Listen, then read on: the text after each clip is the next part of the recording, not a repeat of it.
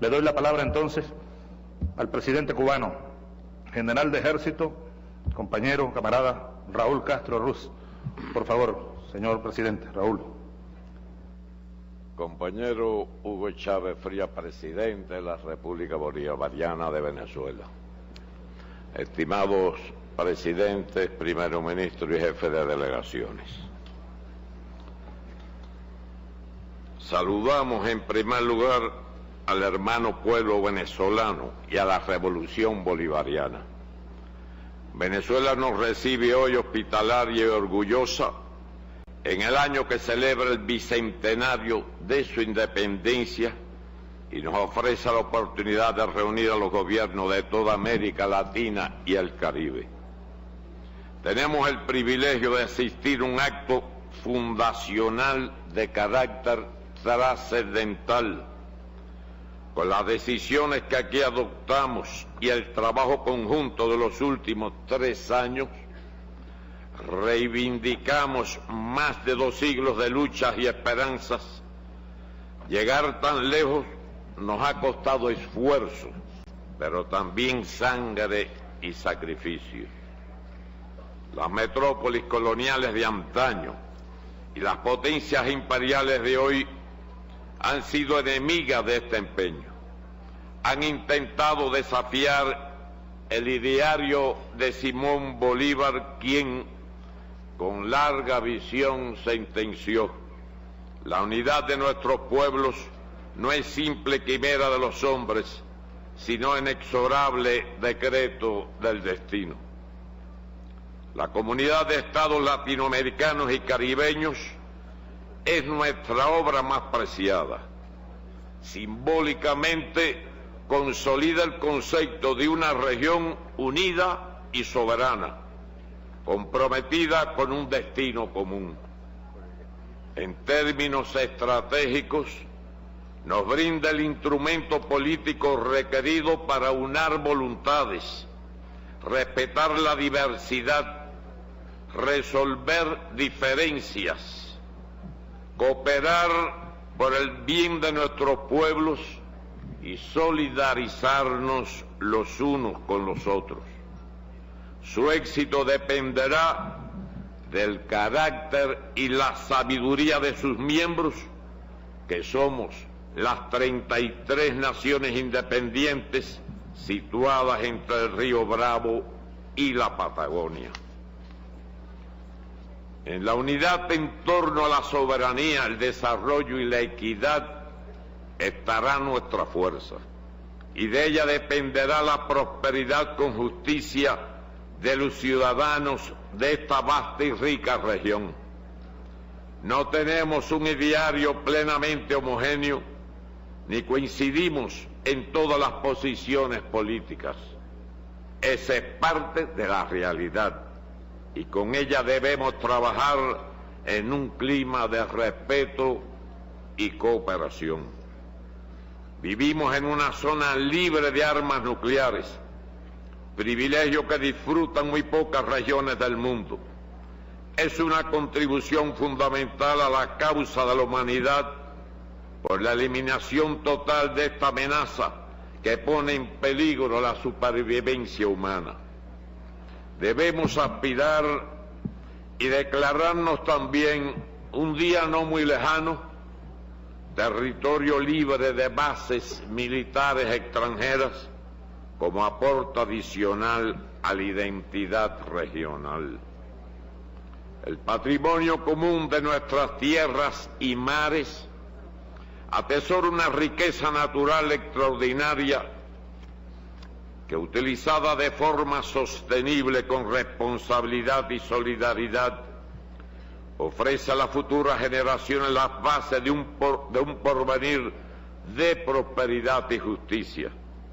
Contamos con una cultura diversa e interrelacionada, con valores ancestrales autóctonos.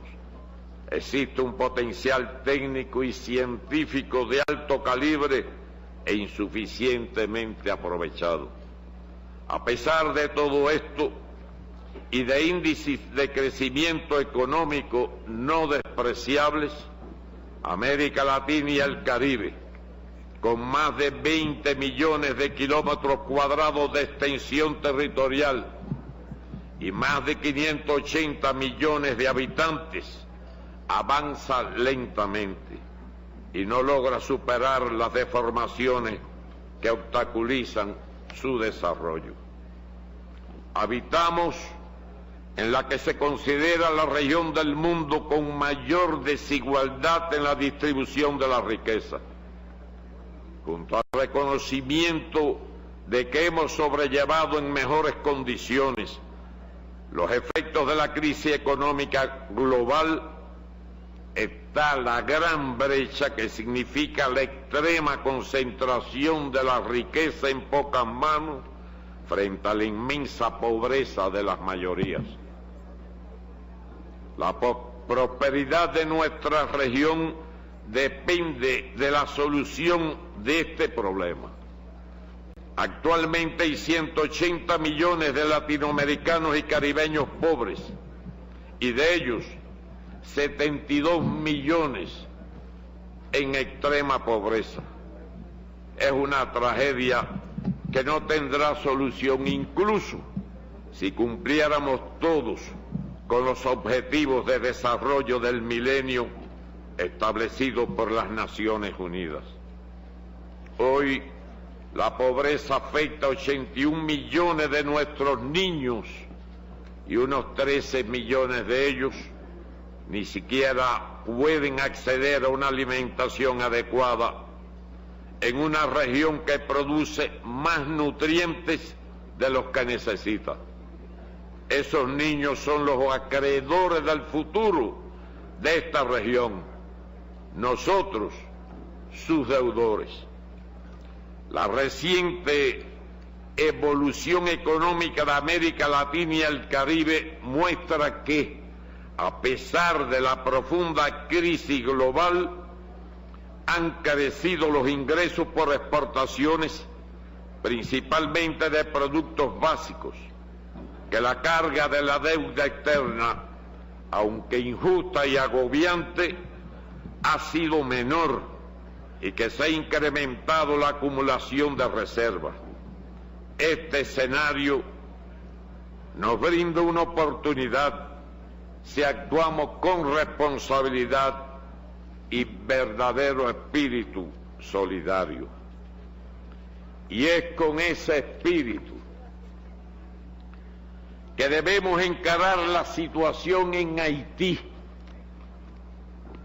que representa una prueba para todos nosotros. América Latina y el Caribe tiene una responsabilidad histórica y ética con esa república hermana, la primera en independizarse del yugo colonial en nuestra región, donde se produjo, dirigida por esclavos, la primera revolución victoriosa en la historia de la humanidad.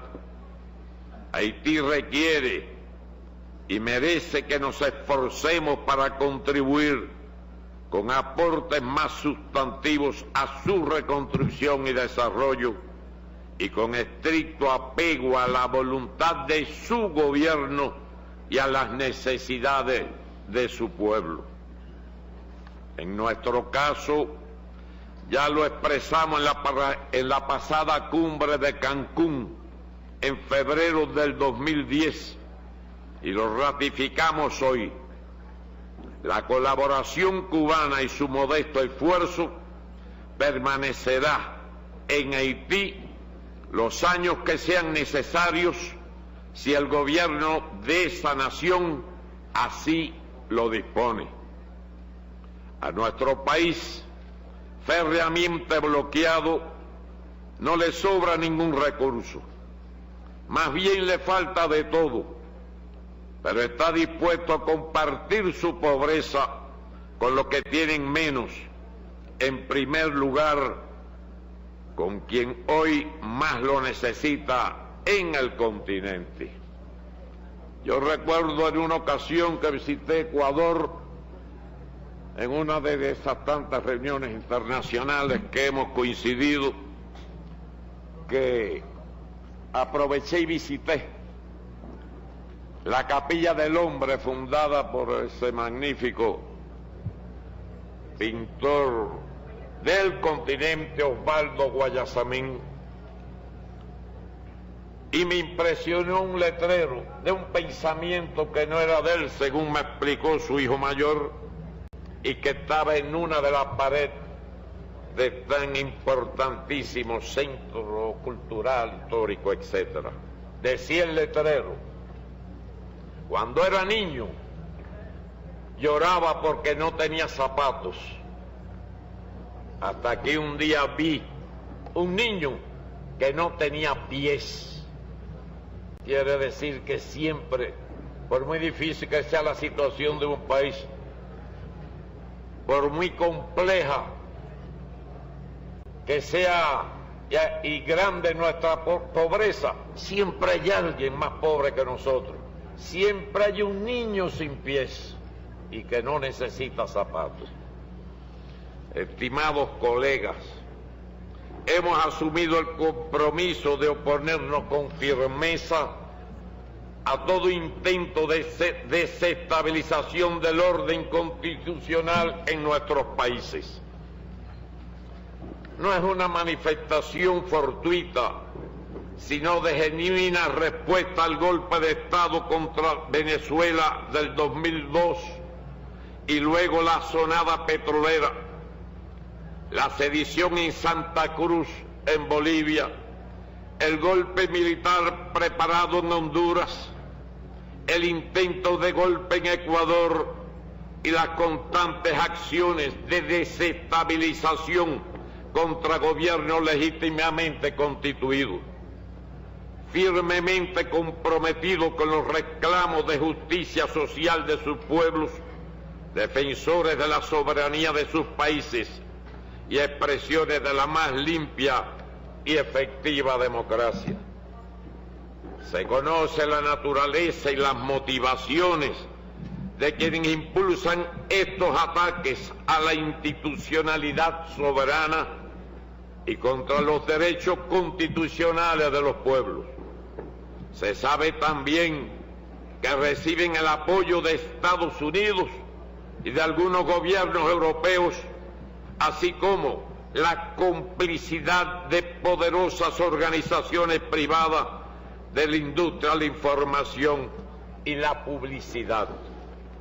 Recuerdo que en una reunión que sostuvimos en Nicaragua, en la capital Managua, por los acontecimientos recientes similares sucedidos en América Central, que llamé la atención cuando yo hice uso de la palabra: qué casualidad que todos esos intentos han sido contra países del ALBA. Y me viré para el compañero Correa, el presidente Correa, que estaba a mi izquierda, y le dije: el próximo serás tú. Me puso cara de sorpresa, como diciendo: ¿pero por qué?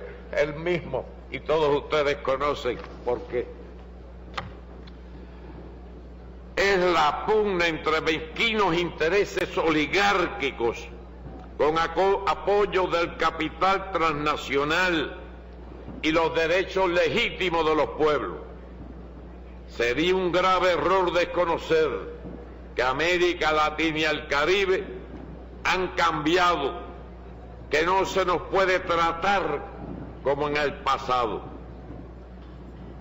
Nos ha costado trabajo enfrentar el lastre del colonialismo y neocolonialismo, y debe esperarse una firme determinación regional de defender la independencia duramente alcanzada. La Carta Bicentenaria que hoy adoptamos debe asumirse como expresión de esa realidad. Más allá de nuestro entorno regional, compartimos un mundo complejo y convulso, en el que los pueblos se rebelan contra las injusticias. Lo que vemos en Europa, en otros países, regiones del mundo, en el propio Estados Unidos, con la población norteamericana. Lo demuestran las políticas imperialistas de saqueo, la concentración de la riqueza, la corrupción y el abuso del poder. Se trata de un fenómeno expresado particularmente en el norte de África, el Medio Oriente, casi toda Europa y Norteamérica. Es expresión del colapso de despiadados modelos económicos neoliberales ya conocidos y repudiados en nuestra región.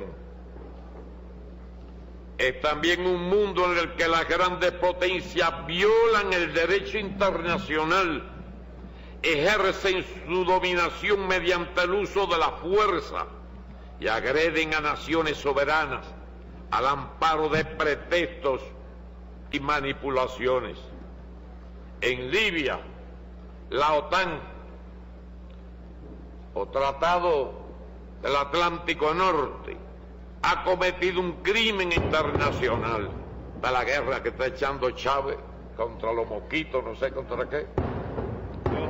Vamos a esperar que de ese ruido me voy a quedar ronco. Es un cohetazo en Caracas en homenaje a la CELAC. Es nuestro pueblo lanzando entonces cohetes. Sigo hablando. Y a eso se suma que llegó diciembre, la Navidad. Por favor, Sigo hablando si ustedes me escuchan. Pero si me quedo ronco no podré hablar más. Les decía que en Libia la OTAN ha cometido un crimen internacional que ahora amenaza convertirse en modelo para vergüenza de las Naciones Unidas. Se ha bombardeado durante 8 meses consecutivos a ciudades indefensas, masacrando civiles, destruyendo servicios sociales, mutilando la infraestructura y llevando a la condición de desplazados y refugiados a cientos de miles de personas. Para Cuba no es noticia la actitud de Estados Unidos, es la misma de siempre. Llevamos enfrentando más de 5 décadas de hostilidad y agresión.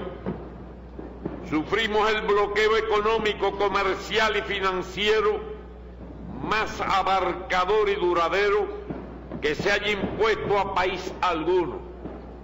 Nuestra región lo sabe y no ha dejado de pronunciarse con firmeza, lo cual los cubanos agradecemos a todos ustedes.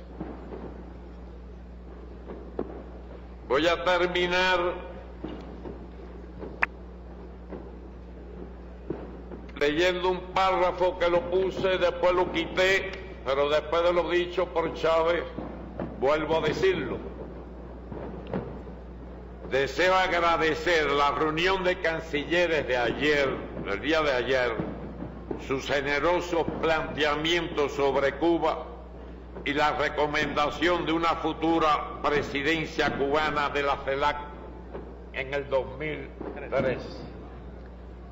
Iba a dejarlo para mañana después que ustedes, presidentes, primeros ministros y jefes de delegaciones se manifestaran, pero Chávez, el presidente de Venezuela, el país sede, aquí sacó acuerdo, me hizo votar a mí, yo estuve de acuerdo, voté, y ahora yo interpreto, ya le pregunté a Correa si está de acuerdo con ese tipo de votación,